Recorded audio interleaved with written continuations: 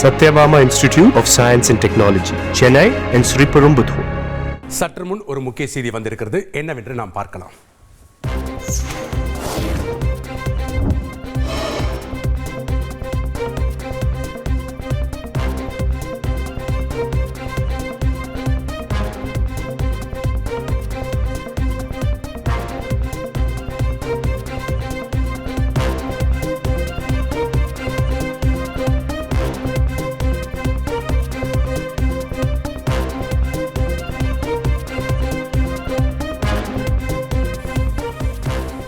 நெல்லையில் மாணவர்களின் புத்தக பைகள் தீவிர சோதனைக்கு உட்படுத்தப்பட்ட பிறகே பள்ளிக்குள் மாணவர்கள் அனுமதிக்கப்படுகிறார்கள்.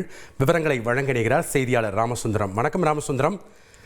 மாவட்ட கல்வி அதிகாரியினுடைய உத்தரவின் பேரில் தற்போது இந்த சோதனையானது நடத்தப்பட்டு வருகிறது.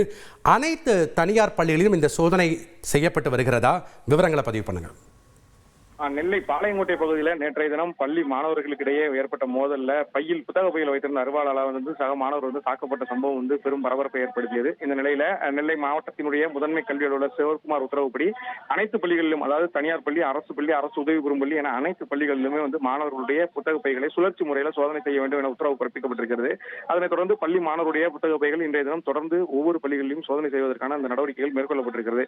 அந்த தனியார் பள்ளிகளில் இந்த நடைமுறை பின்பற்றப்பட இருந்தது. ஏற்கனவே நெல்லை மாவட்டத்தில் உள்ள அரசு மற்றும் அரசு உதவி பெறும் பள்ளியில மாணவர்கள் ஆயுதங்களோடு வருவதாக புகார்கள் எழுந்த நிலையில அந்த உத்தரவு அரசு உதவி பெறும் பள்ளியில செயல்படுத்தப்பட்டது. தற்போது அனைத்து விதமான பள்ளிகளிலும் இந்த நடைமுறையை செயல்படுத்த வேண்டும் என உத்தரவு பிறப்பிக்கப்பட்டிருக்கிறது. அதுபடி 1600க்கும் மேற்பட்ட பள்ளிகளில் இந்த உத்தரவானது செயல்படுத்தப்பட்டு வருகிறது.